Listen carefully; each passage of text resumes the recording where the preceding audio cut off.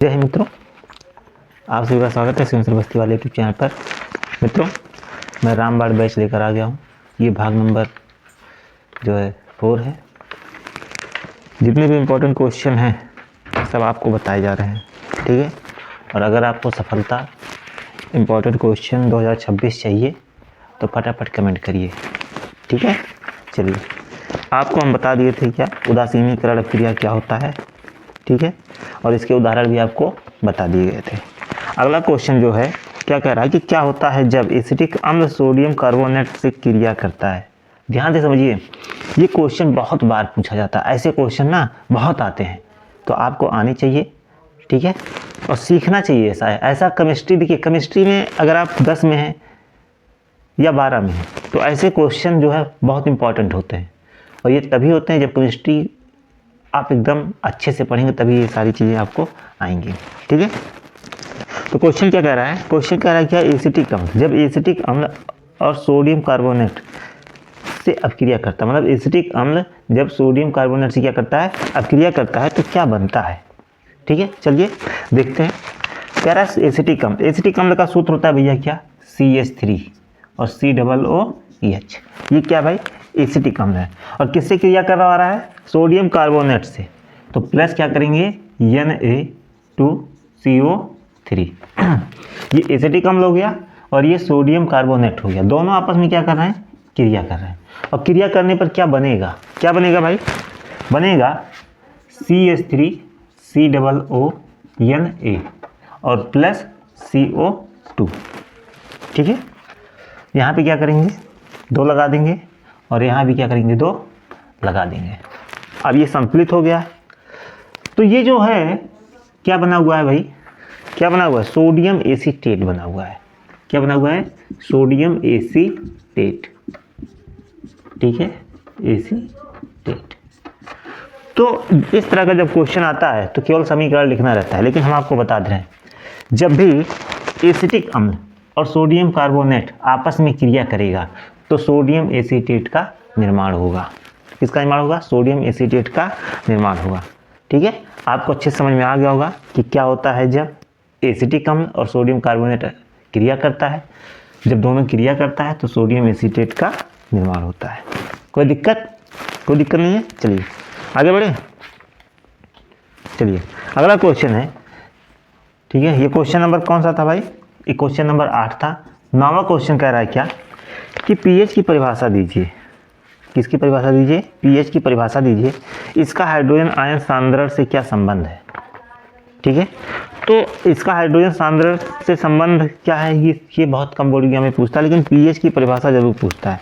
देखो पीएच जो होता है, पीएच इसका फुल फॉर्म होता है पावर ऑफ हाइड्रोजन। किसी जलीय विलयन में हाइड्रोजन आयन की सांद्रता को ये प्रदर्शित करता है, ठीक है। कोई जलीय विलयन है, उसमें हाइड्रोजन आयन की कितनी सांद्रता है उसको ये क्या करता है, प्रदर्शित करता है या उसको मापता है। ऐसे कह सकते हैं कि जो पीएच होता है किसी विलयन में उपस्थित हाइड्रोजन आयन की सांद्रता को मापने का काम करता है, ठीक है। या मापन का क्या होता है, इकाई होता है। इतनी बातें आपको समझ में आ गई। पीएच की परिभाषा दीजिए तो आप सीधे बोल सकते हैं कि पीएच अम्लों एवं क्षारकों के जलीय विलयन में हाइड्रोजन आयनों की सांद्रता को मापने की इकाई है, ठीक है। किसकी इकाई भैया, मापने की इकाई है, ठीक है। इसका एक फार्मूला भी होता है। फार्मूला पता है आपको क्या होता है, पीएच बराबर लॉग, ठीक है, H प्लस, ठीक है। ये होता है, क्या होता है भाई, फार्मूला होता है इसी तरह से, ठीक है। तो यहाँ पे हाइड्रोजन आयन की जो सांद्रता होता है उसका जो क्या करते हैं, मान रखते हैं, यहाँ माइनस लगा होता है, ठीक है। कोई दिक्कत, आगे बढ़े। चलिए आगे है क्या कि प्लास्टर ऑफ पेरिस के उपयोग लिखिए। प्लास्टर ऑफ पेरिस के उपयोग लिखिए। देखिए प्लास्टर ऑफ पेरिस ये बहुत इंपॉर्टेंट है, ठीक है। इसका निर्माण विधि भी पूछ लेता है, उपयोग भी पूछ लेता है, ठीक है। तो प्लास्टर ऑफ पेरिस का निर्माण कैसे होता है, जब जिप्सम को 373 केल्विन पर, कितने पर, 373 केल्विन पर गर्म किया जाता है। क्या किया जाता है, गर्म किया जाता है, तो प्लास्टर ऑफ पेरिस का निर्माण होता है। किसका निर्माण होता है भैया, प्लास्टर ऑफ पेरिस का निर्माण होता है, ठीक है। चलिए देखते हैं क्या प्लास्टर ऑफ पेरिस का निर्माण हम समझ रहे हैं। तो जिप्सम का सूत्र क्या होता है, CaSO4.2H2O, ठीक है। और इसको हम क्या करेंगे भैया, गर्म करेंगे, कितने पर, 373 केल्विन पर गर्म करेंगे। तो प्राप्त क्या होगा भैया, CaSO4, ठीक है, 0.12H2O, ठीक है, यही प्राप्त होगा। और प्लस में क्या प्राप्त होगा ये आप लोग कमेंट में बताइए, ठीक है। पूरी समीकरण हमें लिख देंगे तो आप क्या घास चुलेंगे, ठीक है। तो पढ़ाई पे ध्यान दीजिए और इस समीकरण को क्या करिए, पूरा करिए। ये किसकी निर्माण विधि है, ये प्लास्टर ऑफ पेरिस का निर्माण विधि है। किसका निर्माण विधि है भैया, प्लास्टर ऑफ पेरिस का निर्माण विधि है, ठीक है। तो प्लास्टर ऑफ पेरिस का निर्माण विधि आपको समझ में आ गया होगा। नहीं समझ में आया तो फिर से एक बार परिभाषा देख लीजिए।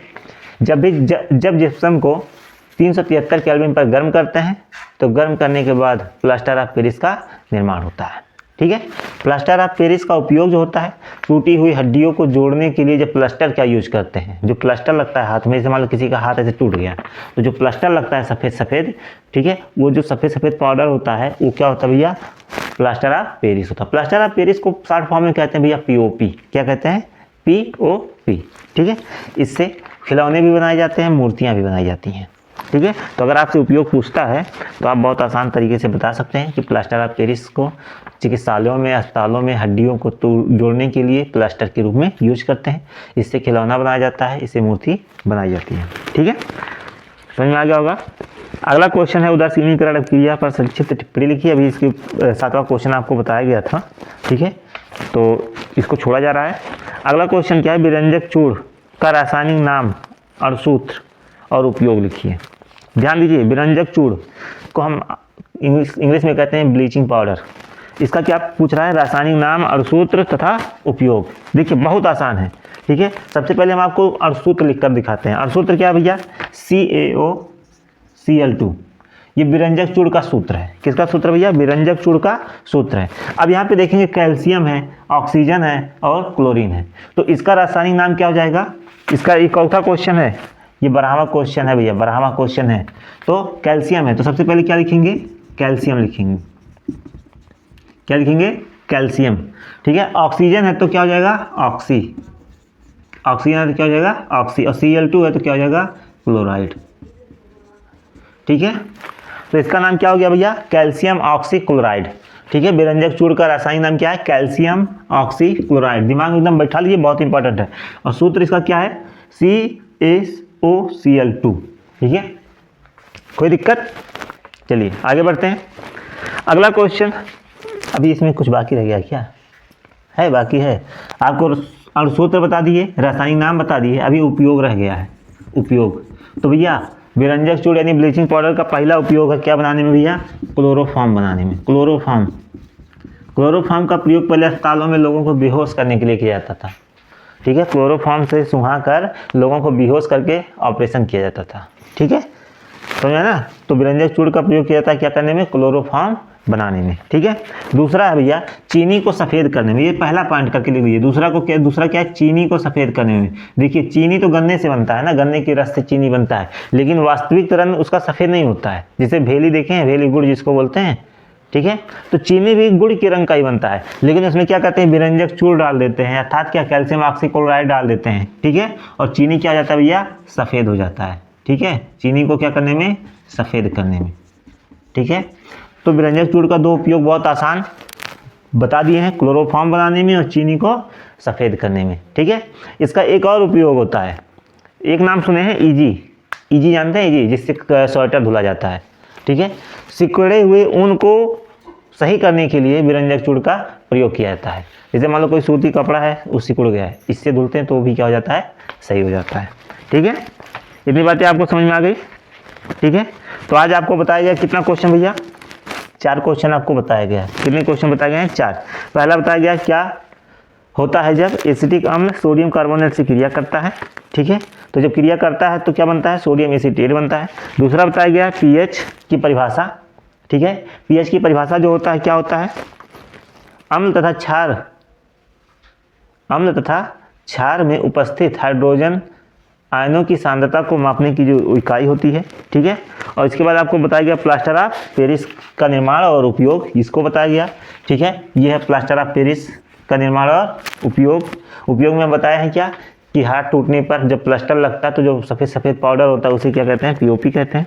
ठीक है, इसके बाद विरंजक चूड़ के बारे में आपको बताएं कि विरंजक चूड़ का रासायनिक सूत्र होता है CaOCl2 कैल्शियम ऑक्सीक्लोराइड। ठीक है, और उपयोग क्या होता है इसका भाई, क्लोरोफॉर्म बनाने में, चीनी को सफ़ेद करने में, ठीक है, और सिकुड़े हुए ऊन को सही करने में।